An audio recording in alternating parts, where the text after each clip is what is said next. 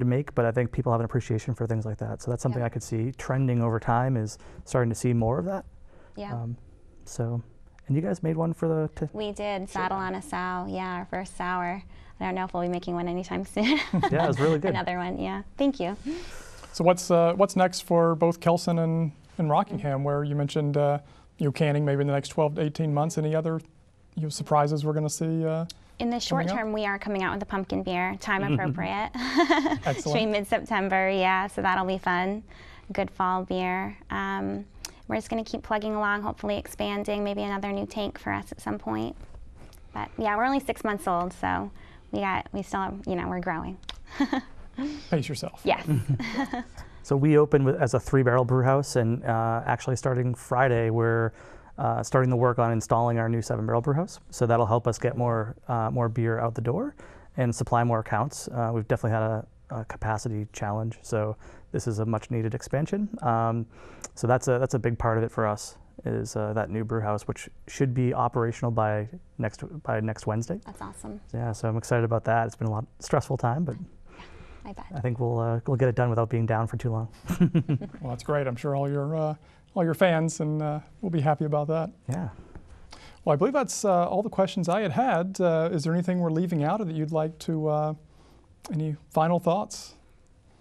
I think the entire craft community really appreciates the support we've received so far. It's incredible to see people bringing their friends to the breweries and doing the tours, and responsibly sampling all the great beer that's in Londonderry and Derry, and then frequenting the restaurants and trying other things that are on tap and the local chefs that are around, and really sharing that entire craft experience with the whole community. It's been great. So thank you for all the support from the town. Exactly. We should mention how the town has just been such a huge support. So easy to work with every step of the way. When we were opening, that's really daunting task, and they were right there with us, hoping for us to succeed. So that was awesome. You can't ask for anything better. And I think one of the challenges when you open a new business, it's alcohol control. A controlled business like alcohol is challenging anyways, with federal and state levels. And so when we chose Derry, there was no one there to grease. I guess Moonlight Meadery, well, that was Londonderry. There was no one there to really grease the wheels before us. So it was all new to everybody. And the town was so accommodating and so supportive, from inspectors to all of the different inspectors and people that we worked with in all the departments. And they're so supportive today. So we wouldn't be able to do it if we had to go through all those hoops, and it was great to have that support. Absolutely. That is great to hear, and it reminds me of a question I meant to ask earlier. Why Derry?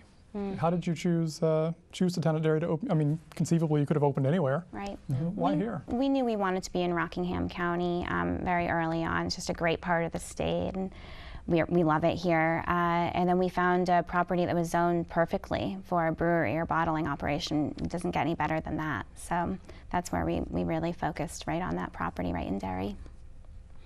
Yeah, I think some of our early talks with the town, and we probably had a list of 4 or 5 areas we could have gone, and just hearing the support and from the planning board and everybody involved, that made it easy for us to say this is a great town. And it is, the people of Derry have been super supportive, and it's a great place to build a new business and start up. So. Well, from the Chamber of Commerce's perspective, that's always great to hear, Yeah. and I know from the town of Derry too. And we certainly wish you continued success. And as I had a column in today's Derry News, kind of talking about kind of the beer scene here locally, and talking about our beer to a rack card, and you really noted that. We're very fortunate, I think, to have this here, and it's been, I think, our little secret, I think, for our region, to have these 4 craft breweries and 1 meadery, all kind of in that, very close together. But hopefully this beer and mead to a rack card will play a little bit of a role in helping to expand. You're really putting it on the map, literally, and sharing our secret with the rest of the state and the rest of the traveling public as they come up.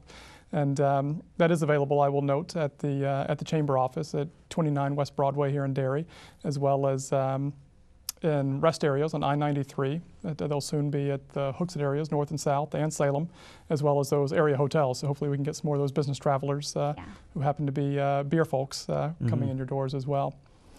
Well, with that, I'd like to thank you both again, Ali Buinicky from Rockingham Brewing and Erik Kelsen from Kelsen Brewing. Thanks for having us. Our guest today, and thank you for watching Regional Roundtable. We'll see you next time.